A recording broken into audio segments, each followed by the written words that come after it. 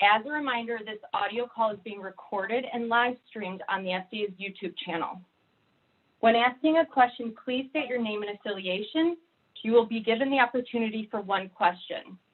With that, I will now turn the call over to Acting FDA Commissioner, Dr. Janet Woodcock. Thank you, and thank you all for joining us. This morning, the FDA and CDC announced that out of an abundance of caution, we're recommending a pause in the use of the Johnson & Johnson COVID-19 vaccine due to reports of 6 cases of a rare and severe type of blood clot following vaccine administration. We're recommending this pause while we work together to fully understand these events and also so we can get information out to healthcare providers and vaccine recipients. Right now, I'd like to stress these events appear to be extremely rare. However, COVID-19 vaccine safety is a top priority for the federal government, and we take all reports of adverse events following vaccination very seriously. I'd like to turn it over to Dr. Peter Marks, Director of FDA's Center for Biologics Evaluation and Research, for more information about these reports. Peter. Thank you, Dr. Woodcock. Together, the CDC and the FDA are reviewing data involving 6 reports of a rare type of blood clot called cerebral venous sinus thrombosis, or CVST, in combination with low levels of platelets in the blood, called thrombocytopenia, in women ages 18 to 48 who presented with symptoms between 6 and 13 days after receiving the Johnson & Johnson or Janssen COVID-19 vaccine. Treatment of this specific type of blood clot is different from typical treatments for other types of blood clots, which usually involve an anticoagulant called heparin. With cerebral venous sinus thrombosis, heparin may be dangerous and alternative treatments need to be given, preferably under the guidance of physicians experienced in the treatment of blood clots. Of the clots seen in the United States, 1 case was fatal and 1 patient is in critical condition. While we review the available data, out of an abundance of caution, the FDA and CDC are recommending a pause in the use of this vaccine in the United States. The FDA will revise the fact sheet for healthcare providers administering vaccine and the fact sheet for recipient and caregivers for the Janssen COVID-19 vaccine to include this adverse event information to ensure that healthcare providers are able to make appropriate benefit-risk determinations for their patients. I want to reiterate what Dr. Woodcock said. Right now, these events appear to be extremely rare. That said, COVID-19 vaccine safety is a top priority for federal government, and we take all reports of adverse events following vaccination very seriously. Healthcare providers who see people presenting to them with either a low blood platelet count or blood clots should establish whether or not the individual has recently been vaccinated in order to inform the appropriate diagnostic evaluation and management. Now I'd like to turn to Dr. Ann Schuchat, the CDC's Principal Deputy Director, to speak to further explain our decision and next steps. Ann? Thanks so much, Dr. Marks. I know that the information we're providing today is going to be very concerning to Americans who have already received the Johnson & Johnson or Janssen vaccine. And I want to let you know what we're doing to learn more and to protect people in the meantime, and what you can do to be on the alert. As Dr. Marks mentioned, there have been 6 reports of a severe stroke-like illness linked to low platelet counts. And more than 6 million doses of the J&J vaccine have been administered so far. While these events are very rare, we're recommending a pause in the use of the J&J COVID-19 vaccine in order to prepare the healthcare system to recognize and treat patients appropriately and to report severe events they may be seeing in people who've received the J&J vaccine. This pause will also allow the CDC's expert committee to review the situation. The safety of vaccines and the safety of the American people is of the utmost importance to us. The ACIP, or our Advisory Committee on Immunization Practices is the CDC's independent scientific expert committee on immunization matters. We are scheduling for them to convene tomorrow to review the data we have on these initial cases. This will allow careful deliberation about what we know so far about these events and consider next steps given the current context of the COVID-19 pandemic in the United States and our broader immunization efforts. As a reminder, ACIP meetings are open to public viewing. Today, we're also alerting state health officials and other leaders in the states and cities, pharmacies, and other healthcare providers who are administering the vaccine to make sure that they know about the pause, and so clinicians know how to evaluate and report severe events after vaccination. Lastly, I know there are people who have gotten the vaccine who are probably very concerned. For people who got the vaccine more than a month ago, the risk to them is very low at this time. For people who recently got the vaccine within the last couple weeks, they should be aware to look for any symptoms. If you've received the vaccine and developed severe headache, abdominal pain, leg pain, or shortness of breath, you should contact your healthcare provider and seek medical treatment. Now, these symptoms are different from the mild flu-like symptoms, fever, and so forth that many people experience in the couple days after receipt of the vaccine. Importantly, there are 3 vaccines available, and we are not seeing these clotting events with low platelet counts with the other 2 vaccines. People who have vaccine appointments with the other 2 vaccines should continue with their appointment. Our partners will be working to reschedule people who have the J&J vaccine appointment in the days ahead. This may be a bit bumpy. We want to make sure that we're getting the word out to the public and to our providers, but we do want to make sure that people who are scheduled to have vaccination will be able to get that when vaccine's available. We're committed to following the science and ensuring transparency and to providing regular updates. We're going to tell you what we know when we know it and what you can do to protect yourself. And our intention is to update you in the days ahead. I know this has been a long and difficult pandemic and a very long year and a half, and that people are tired of the steps that they need to take and are keen to be able to be vaccinated. The steps we're taking today are meant to make sure that the healthcare system is ready to diagnose, treat, and report, and that you, the American public, has the information you need to stay safe. Thank you. Thank you, Dr. Schuchat. At this time, we will begin the question and answer portion of the briefing. When asking a question, please state your name and affiliation. Operator will take the first question. Thank you. And once again, that is *1 if you would like to ask a question. Our first question comes from Kieran Stacy. You may go ahead and please state your outlet. Thanks very much. This is Kieran Stacy from the Financial Times. This obviously looks like the same thing that was happening with the AstraZeneca vaccine. And I was wondering if you could tell us a little bit about the contacts that you've had with regulators in Europe about that, and also whether there's any evidence of similar events happening with Moderna and Pfizer at all. Certainly. This is Janet Woodcock. We are in constant contact with the regulators worldwide and looking at adverse events experienced in different regions. I'll turn this over to Dr. Marks to answer in detail. Thanks very much. So you asked about whether there were similar cases with the Moderna or Pfizer vaccines, and there have been over 180 million doses of these vaccines administered, and at this time we've not found any reports of cerebral vein sinus thrombosis combined with thrombocytopenia. Operator will take the next question. Thank you. That comes from Michael Ehrman. You may go ahead and please state your outlet.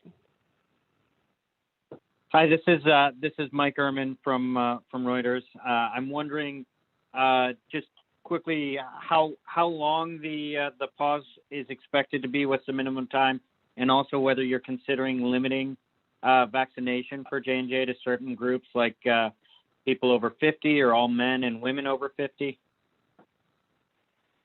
Well, the time frame will depend, obviously, on what we learn in the next few days. However, we expect it to be a matter of days for this pause. And I will maybe turn it over to Dr. Shuckett to answer further.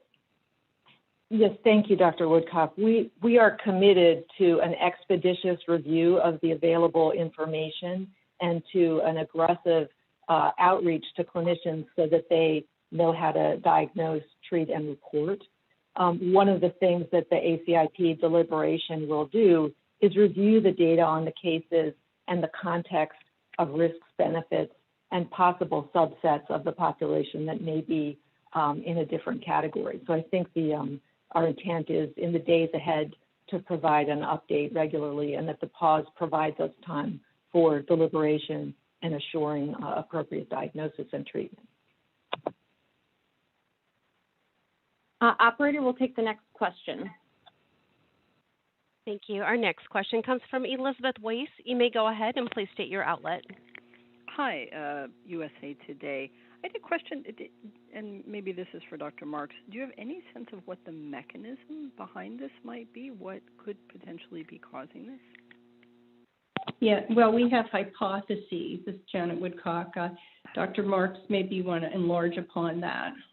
Yeah, so thanks very much. We don't have a definitive cause, but the probable cause that we believe may be involved here that we can speculate is a similar mechanism that may be going on with the other adenoviral vectored vaccine. That is that this is an immune response that occurs very, very rarely after some people receive the vaccine, and that immune response leads to activation of the platelets and these extremely rare blood clots. Yes, so to be specific, this is Janet Woodcock.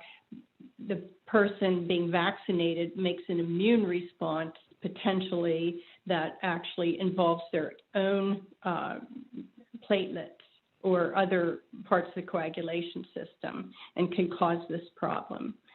And that's the sort of leading theory or hypothesis about what's going on here. Operator, we'll take the next question. Thank you. And that comes from Matt Perrine. You may go ahead and please state your outlet. Hi, thanks, with the Associated Press. Thanks for taking questions. Can you talk a little bit more about just how the FDA determined that these 6 events out of almost 7 million injections constitute a signal? I mean, what would have been the background rate for a type of event like this, if there is another explanation possible? Certainly, this is Janet Woodcock. This was a extensive work between the CDC and the FDA on this set of events and analysis to see, exactly what you're asking about. So, Dr. Marks, would you like to respond? Yeah, thanks very much. So, the issue of cerebral venous sinus thrombosis, the background rate of that is probably somewhere between 2 and 14 per million people. But that's in the setting of a normal platelet count. The combination here, the real thing that is so notable here is not just the cerebral venous sinus thrombosis or the thrombocytopenia. Those two things can occur.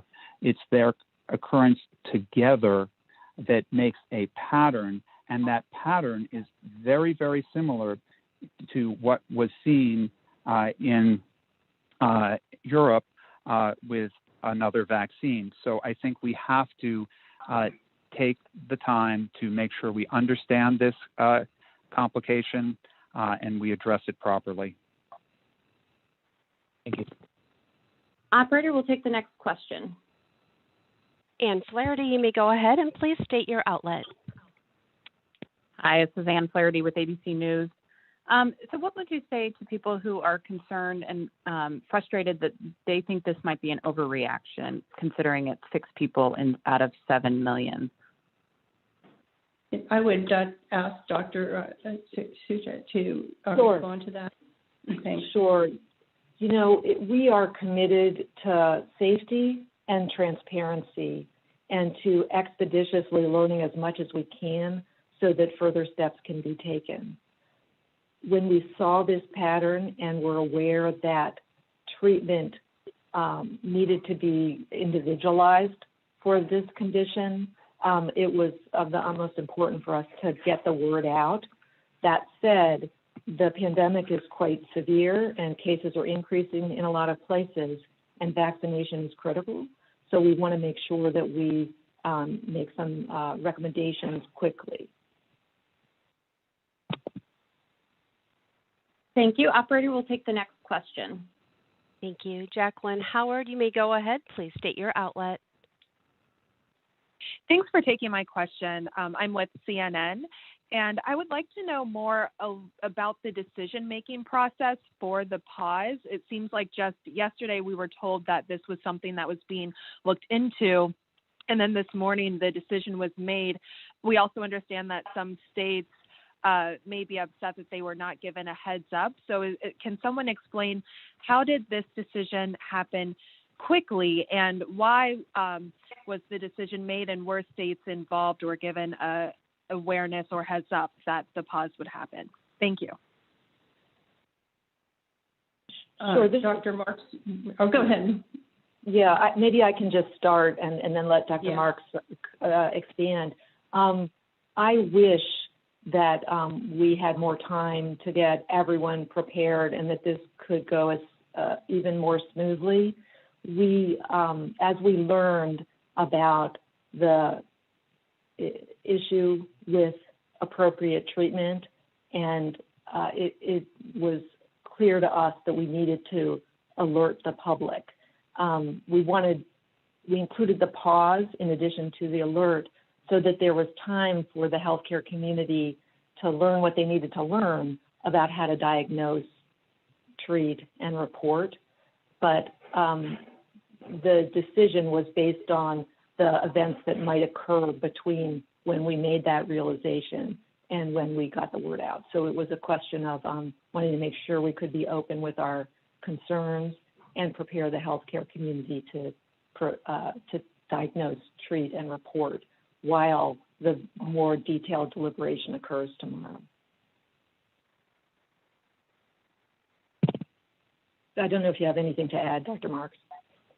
No, I would just echo that the issue here with these types of blood clots is that if one administers the standard treatments that we as doctors have learned to give for blood clots, one can actually cause tremendous harm, or the outcome can be fatal. So one needs to make sure that providers are aware that if they see people who have low blood platelets, or if they see people who have blood clots, they need to inquire about a history of recent vaccination and then act accordingly in the diagnosis and management of those individuals. This was taken rapidly in order to honor our commitment to the American public to ensure that any safety signal that came up during this vaccine rollout was fully addressed in a transparent manner. Operator, we'll take the next question. Thank you. Caroline Chen, you may go ahead and please state your outlet. Hi, I'm Caroline Chen at ProPublica. I was wondering if the FDA has any sense of any subpopulations or medical histories that may predispose a person to this rare side effect, or even if you have a hypothesis on that at this point. This is Jana Woodcock. I believe there are too few cases for us to make that determination for this particular vaccine. We may be hearing about more cases. We will look further into these. We'll have deliberations, as was just described, tomorrow about the details, but we aren't prepared at this time to single out any particular subgroup. Operator will take the next question. Thank you. Jackie Lee, you may go ahead and please state your outlet.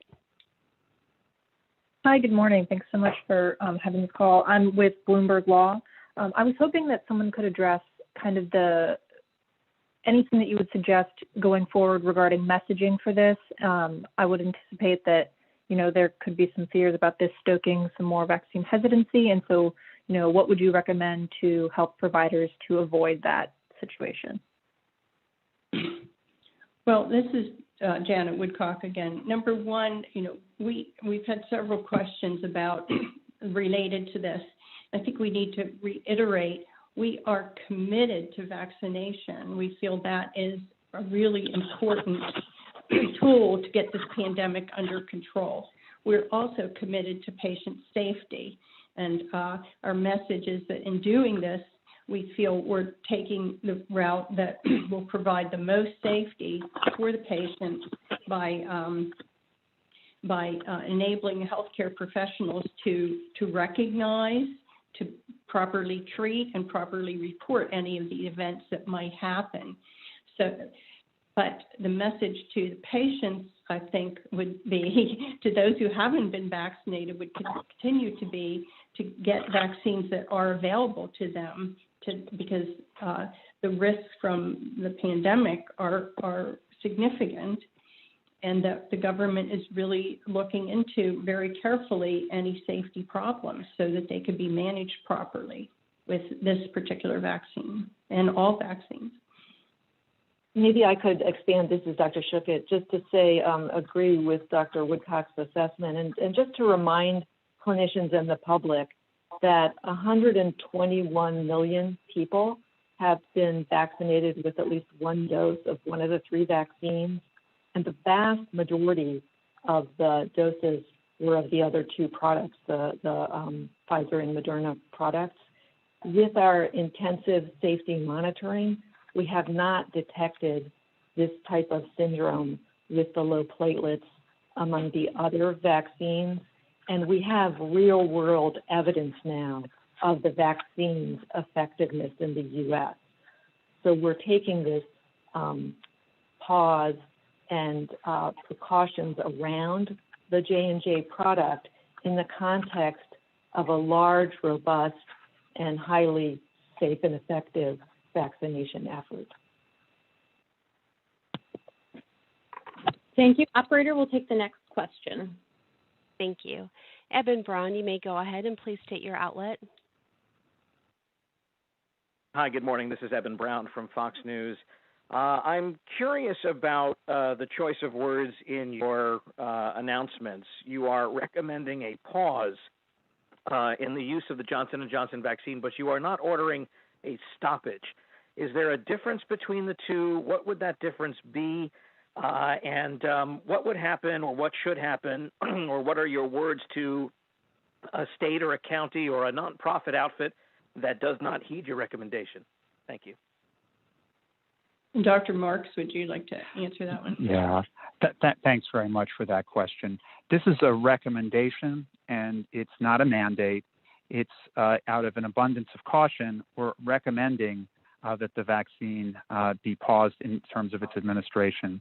However, if an individual healthcare provider has a conversation with an individual patient and they determine that the benefit risk for that individual patient is appropriate, we're not going to stop that provider from administering the vaccine, because it could be, right, in many cases, that benefit risk will be beneficial overall to that individual in the large majority of cases. So, again, we're recommending a pause out of an abundance of caution, but on an individual basis, a provider and patient can make a determination whether or not to receive the vaccine. Operator will take the next question. Thank you. Sarah Overman, you may go ahead and please state your outlet. Hi, thank you. This is Sarah Overmal from Politico. Going back to Caroline's question on subgroups, I know that there's a few cases now, but is there any sort of risk from linked to birth control, because all of the women are of childbearing age? And then also, obviously, there are 6 confirmed cases now, but probably more are going to come out as people recognize this. So is there a number, how many probable cases do you guys have on your horizon right now? Dr. Marks? This is Jay. I'm happy to take this one. Thanks very much. At this time, it's not clear that there's any association with the oral contraceptive pill birth control in the individuals who had these blood clots. Additionally, I think it's too early to make any speculation on how many cases will come out. I do agree with you that it's possible we will learn of more cases, and that's part of the reason why we're taking the pause to try to ascertain that. But I cannot speculate on how many more we'll learn of. Hopefully, it's just going to be a few. Thank you. Operator will take the next question. Thank you. Leanne Winnick, you may go ahead and please state your outlet. Hi, I'm from CBS News, and I have 2 questions. As you mentioned that some people may have a conversation with their healthcare provider and decide that this is appropriate for them, but most people are going to mass vaccination sites and don't have that relationship. Are there certain risk factors that an individual would know from their medical history? And secondly, could you estimate the number of J&J that were meant to be given out in the days ahead and how that might affect the president's 200 million dose goal since his inauguration? Thanks. Anyone would like to respond to this question? Let me start with the second question first. I think the vaccine supply has become more abundant over time, and I think that this temporary pause is hopefully not going to have a large adverse effect on making those goals in a timely manner, if any at all. In terms of risk factors, I think those are, at this point, they are specific enough that to an individual that's going to have to be a determination that an individual has with their healthcare provider. And I'll turn that over to Dr. Schuchat, since this is she may have more to say about that. Yes, and thank you, Dr. Marks. We're working right now from a small number from the 6 events that have been reported here in the U.S.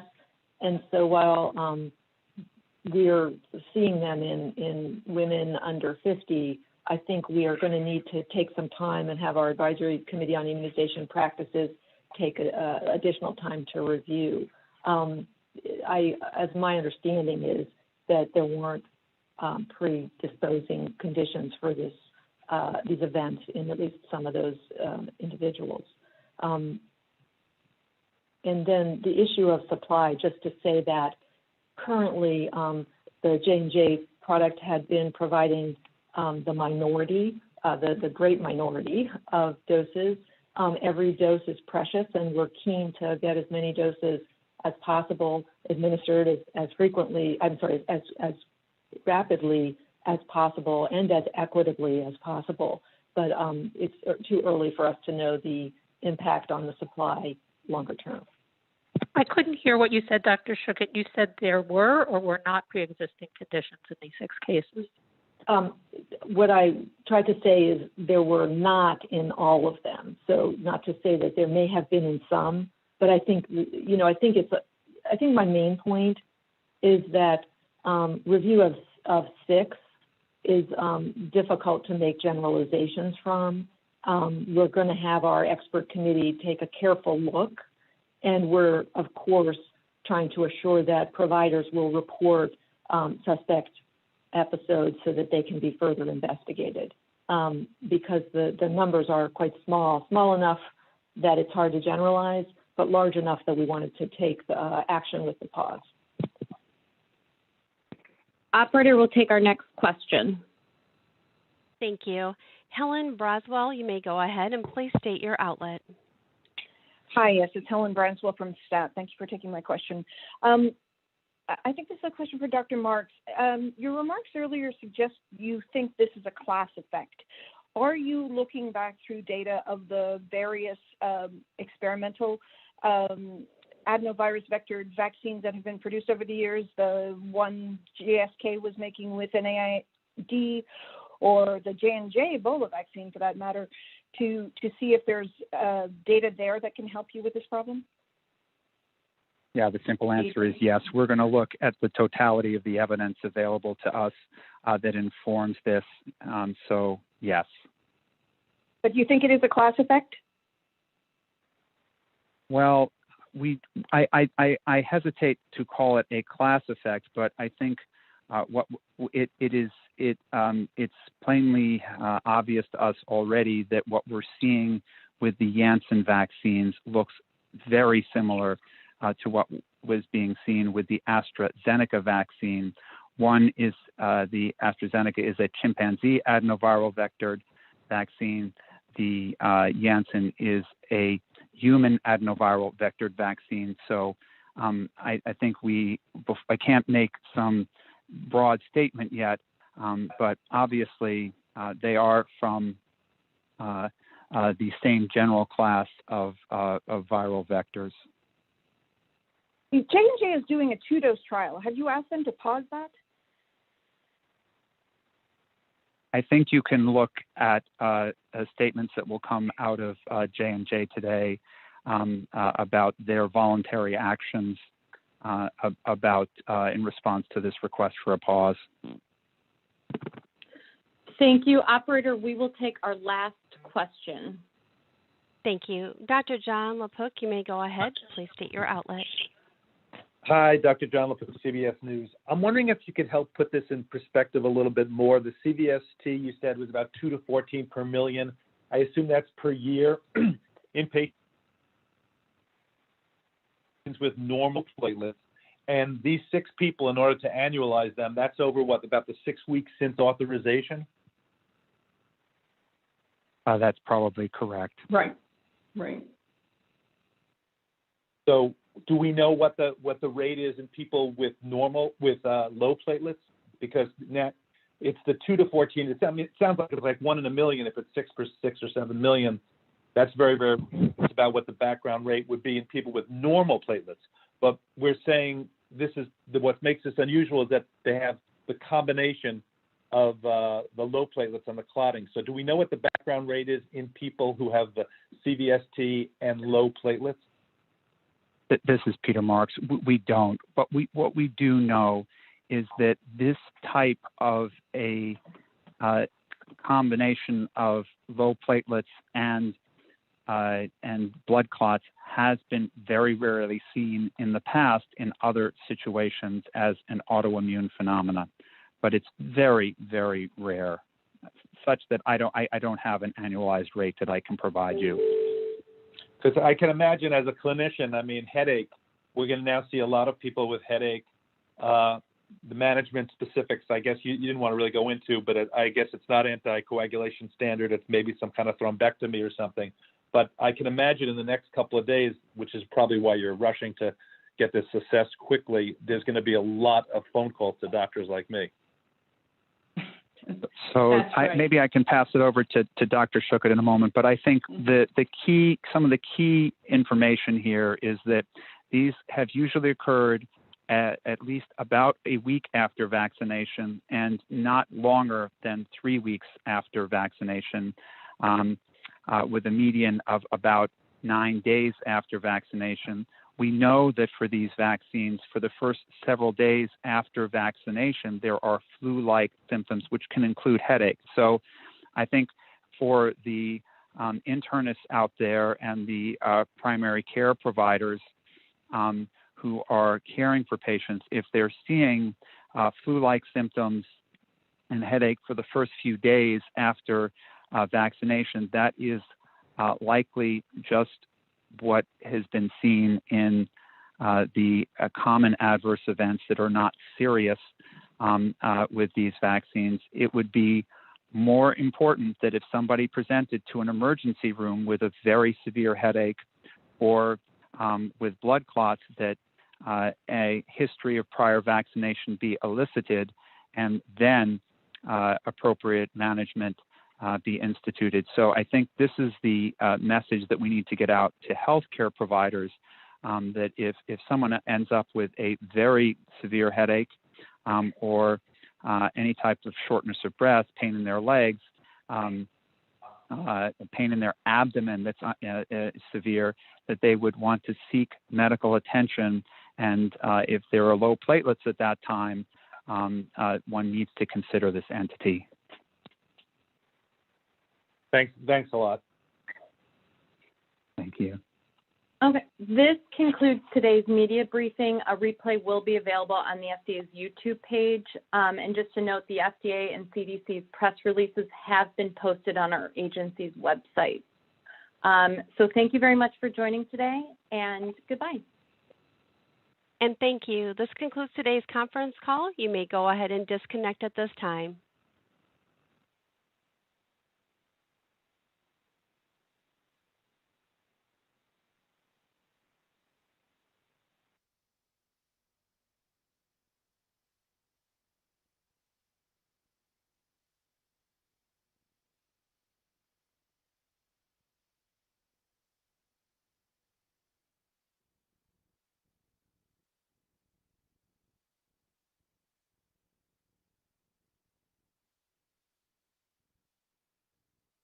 Well, thank you very much.